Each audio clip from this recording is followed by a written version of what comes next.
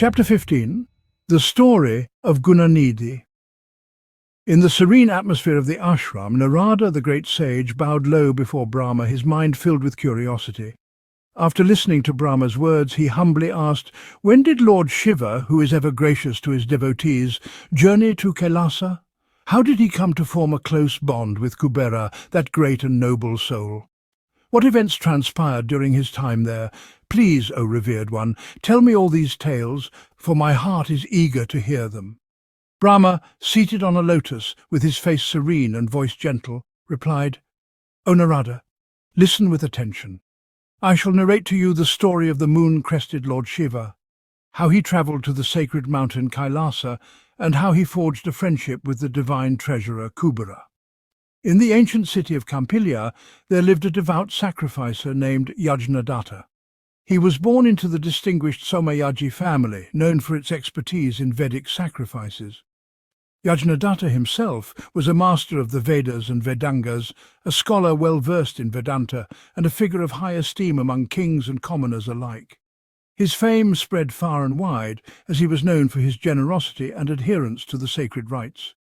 Yajñadatta's life was dedicated to maintaining the sacred fire and studying the scriptures.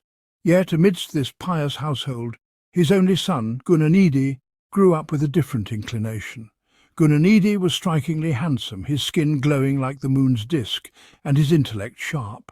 After his investiture with the sacred thread, he studied the 8 classical laws, showing promise and potential. But his mind soon turned to the allure of gambling, a habit he concealed from his father. Unknown to Yajñadatta, Guṇanidhi's life began to unravel.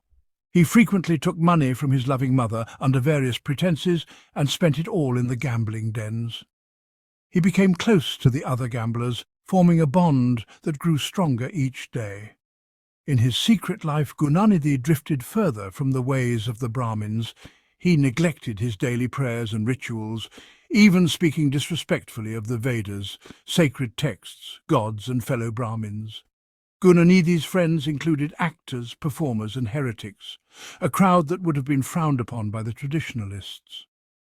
Despite his mother's persistent urging, he never visited his father or showed any inclination to mend his ways. His mother, fearful for her son's future, hid the truth from her husband.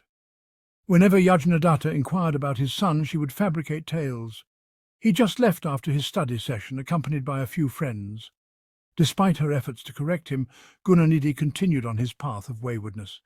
His mother, in her maternal affection, often sat him down, her voice trembling with concern, saying, "Dear son, your father is a man of great repute, but he is quick-tempered. If he learns of your actions, he will be furious and punish both you and me. I have kept your behavior hidden, but this cannot last forever. Your father's standing in the community is high. He is respected for his adherence to the Vedic traditions. Why, my child, do you not strive to honor his name?" She continued, her voice filled with a blend of hope and frustration. "Look at your ancestors. They were known for their learning, their sacrifices, and their wisdom. How could you forget this legacy? Why don't you take interest in the scriptures, in good company, and in the duties that befit a Brahmin?" She pleaded with him to respect his marriage and his wife, to behave like the other disciplined Brahmin boys in their neighborhood. "Consider the consequences if the king hears of your behavior," she warned. "He might withdraw the respect and honor he has shown your father. People will start to gossip, blaming me for your misconduct. They will say, 'He takes after his mother's wicked ways.' But I swear by Lord Shiva, I have always been pure in heart, devoted to his lotus feet."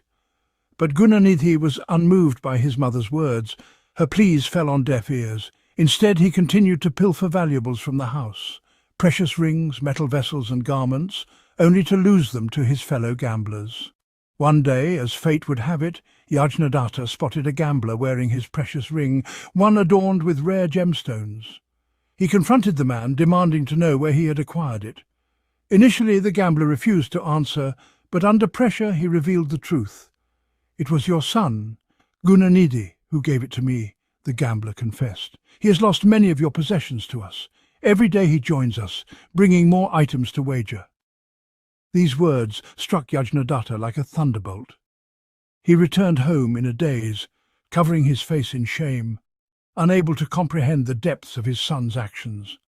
Once home, he confronted his wife, his voice trembling with a mixture of anger and disbelief. "Where is that wretched son of ours?" he asked, his frustration boiling over. "Where is that ring I gave you, which you took off while preparing my bath? And where is the silk sari I gifted you? Where are the vessels and the precious items that adorned our home?" The woman, caught in her deceit, tried to deflect his questions, but Yajñadatta had reached his breaking point. "I have been deceived by both of you," he lamented. "Our son has defiled our name and ruined our honor. It is better to have no son than a wicked one who shames his family. I shall offer libations for him as if he were dead, for he is no longer my child." With a heavy heart, Yajñadatta performed the solemn rites, offering water and gingerly seeds as if his son were deceased. He decided to start anew, marrying a second time to a daughter of a learned Vedic scholar, hoping for a future untainted by Guṇanidhi's disgrace. Thus, in this tale, the downfall of Guṇanidhi serves as a lesson in the dangers of wayward behaviour and the grief it brings to those who love us. It illustrates the delicate balance between a parent's unconditional love and the harsh reality of a child's misdeeds. Yajñadatta's devotion to his duty and the pain of a mother's unreciprocated love paint a poignant picture of the trials faced by those bound to the righteous path. Nārada listened intently as Brahmā recounted the story, understanding the gravity of fate's influence and the consequences of straying from the righteous path. The story of Guṇanidhi was but a prelude to the grander tale of Shiva's journey to Kailāsa, and the friendship with Kubera that would shape the course of divine events.